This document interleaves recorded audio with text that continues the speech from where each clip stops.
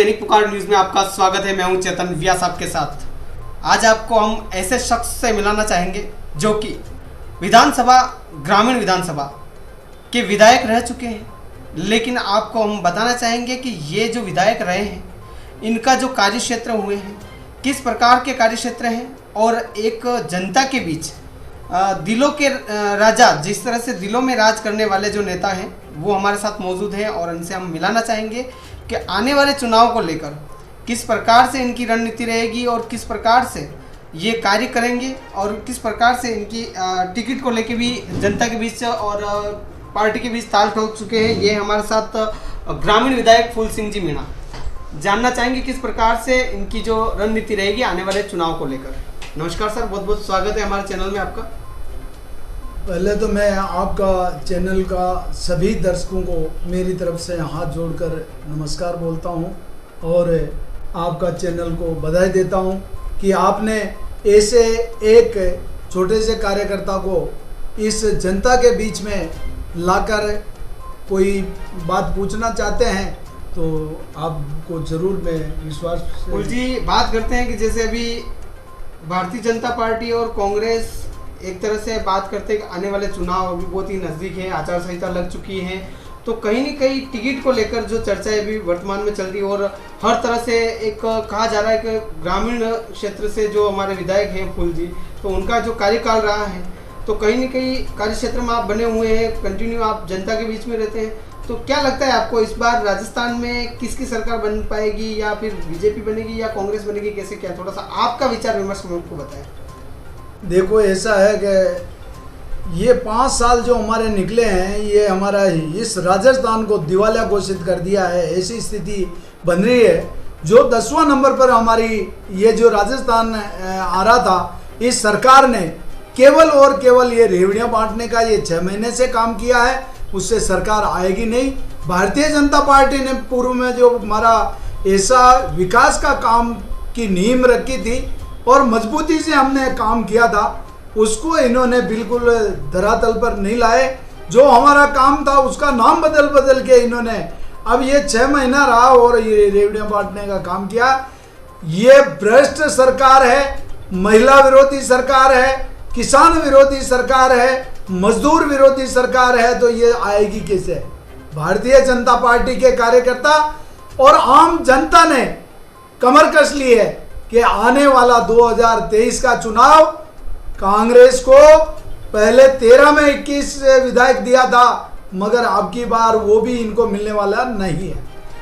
आप बता रहे हैं कि जिस तरह से सरकार भ्रष्ट सरकार है, लेकिन कहीं की बात करते हैं तो अभी मुख्यमंत्री ने जो योजनाएं दी हैं धरातल पे सरकार रिपीट करने की योजना सोच के की है, तो जनता ने वो योजना ली है। जिस प्रकार से जनता को भी कहीं न कहीं कांग्रेस सरकार ने काफ़ी सारा कुछ दिया है, जैसे 76 योजनाएं मुख्यमंत्री ने दी है, तो क्या उन योजनाओं से फिर से अगर कांग्रेस सरकार बन गई तो फिर कैसे क्या रहेगा, वो थोड़ा योजनाओं को लेकर बताएं। सरकार तो बनेगी नहीं और भ्रष्टवाड़ा की सरकार के लिए इसलिए कहा कि एक शिक्षा विभाग का सम्मेलन था जयपुर में और अशोक जी गहलोत साहब ने उन शिक्षकों को ये पूछा था क्या कोई ट्रांसफर का पैसा लेते तो नहीं है, और एक स्वर में ये आवाज आई थी कि साहब पैसे लिए बिना काम होता ही नहीं है।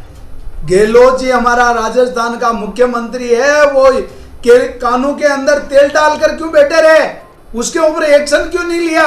उनको पता है कि मैं एक्शन लूंगा तो मेरी कुर्सी चली जाएगी। 1.5 महीना, 1.5 महीना पूरी की पूरी कांग्रेस की विधायक लॉबी को लेकर 5 स्टार होटलों में रहे और उनको खुला छोड़ दिया, जाओ लूटो कसोटो और मेरी कुर्सी को बचाओ। इसलिए ये सरकार आएगी नहीं।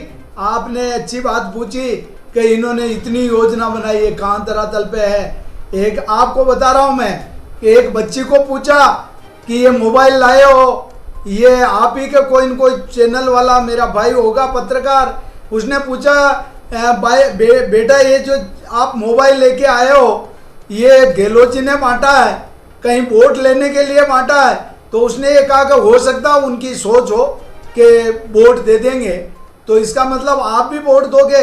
तो उस लड़की ने जवाब दिया जो आपको मालूम पड़ेगा गहलोत जी की हवा खिसक गई कि बोला गया मोबाइल तो एक योजना में दिया है, ये शिविर के अंदर इन्होंने ये जो सभी को दे रहे हैं, तो मैं भी मोबाइल लेके आई हूँ। तो क्या बोला कि आप इसका मतलब आप वोट दोगे, कि पहले भी नहीं दिया और अब भी मैं वोट नहीं दूंगी। यही नहीं, भीलवाड़ा के अंदर युवा साथी बेरोजगार कहीं जा रहे थे, गहलोत जी ने गाड़ी रोकी, गाड़ी रोक कर पूछा उनसे राम राम किया, तो मोदी मोदी का नारा लगाया, गहलोत जी को गाड़ी में बैठकर वहां से रवाना होना पड़ा। और उसका खामियाजा बेचारे युवाओं को उन्होंने किस रूप में दिया, ये कॉलेज का जो यूनिवर्सिटी में ये जो हमारे छात्र संघ का चुनाव है उसको रद्द करना पड़ा। उनको ये डर था कि छात्र संघ का चुनाव में अगर चुनाव हो जाएगा तो युवा मेरे विरोध में वोट डालेंगे और ये एबीवीपी या दूसरी पार्टी की जो ये सीटें आएगी तो मेरे 2023 में असर पड़ेगा। तो गहलोत जी खुद डर रहे हैं, और डरे क्या, इनका नेता खुद कह रहा है। ये नेता वो जो हमारे राहुल जी कहते हैं, कांग्रेस के केंद्रीय लीडर है, वो कहता है छत्तीसगढ़ और मध्य प्रदेश तो हम जीत रहे हैं और राजस्थान में टक्कर में है, तो वो खुद हार मान ली है। और ये रेवड़िया बांटने से कोई फर्क नहीं पड़ता सर। रेवड़िया इन्होंने 2013 में भी खूब बांटी थी, मगर 13 में 21 विधायक लेकर आए थे। इसलिए रेवड़ियों से अगर इनको जो ये देना था, 4 साल पहले कहाँ गए ये, 4.5 साल तक इन्होंने केवल और केवल इनकी सीट बचा कर रखी, और इन्होंने ये योजना पहले चालू कर दी होती तो आज हो सकता है कहीं न कहीं सहानुभूति मिलती, मगर कोई सहानुभूति नहीं है। महिला इनसे पीड़ित है, जो वास्तव में अत्याचार किया, ये जो कांग्रेस सरकार कानून व्यवस्था इनकी मतलब बिल्कुल निगड़नी है, क्योंकि कानून व्यवस्था होती तो हमारा कन्हैयालाल हमारे बीच में होता। कन्हैयालाल ने ये कहा था कि बोला कि साहब मेरे को धमकी दे रहे हैं, मेरे को मार देंगे, बोला कि कोई नहीं मारेगा, और 6 दिन दुकान बंद रखी और उसको जबरदस्ती दुकान खुलाई, उसी दिन उसका मर्डर हो गया। अगर ये कानून व्यवस्था होती तो ये वास्तव में हमारा कन्हैयालाल की हत्या नहीं होती। यही नहीं, महिलाओं के जो अत्याचार बलात्कार ये जो इतना किया है, क्या किया इन्होंने, केवल और केवल नंबर 1 में आए हैं। तो भ्रष्टाचार में नंबर 1, महिला अत्याचार में नंबर 1, पेपर लीक में नंबर 1, बेरोजगारी में भत्ता नहीं देने में नंबर 1। ये किस में इन्होंने ये किया है जो अब जनता इनके साथ में आएगी? कोई जनता नहीं आने वाली। फुल जी, ये आपने जानकारी दी है, हालांकि मैं जान सकता हूँ कि जिस तरह से आपने जो जितने भी चीज़ें बताई कि ये कांग्रेस की इस तरह की रणनीति रही है, ये रही है, वो रही है, लेकिन कहीं ना कहीं एक बात करते हैं, थोड़ा हट के बात करेंगे कि भाजपा में अभी वर्तमान में जो कि स्थिति बनी हुई है टिकट को लेकर, तो वो टिकट को लेकर एक तर्क वितर्क चल रहा है कि हर जगह से कहीं ना कहीं दावेदारी कर रहे हैं, जितने भी प्रत्याशी दावेदारी कर रहे हैं विधानसभा चुनाव को लेकर, तो एक भाजपा की स्थिति जो है बिखरी हुई नजर आ रही है, ऐसा सुनने को मिला है। तो क्या लगता है आपको?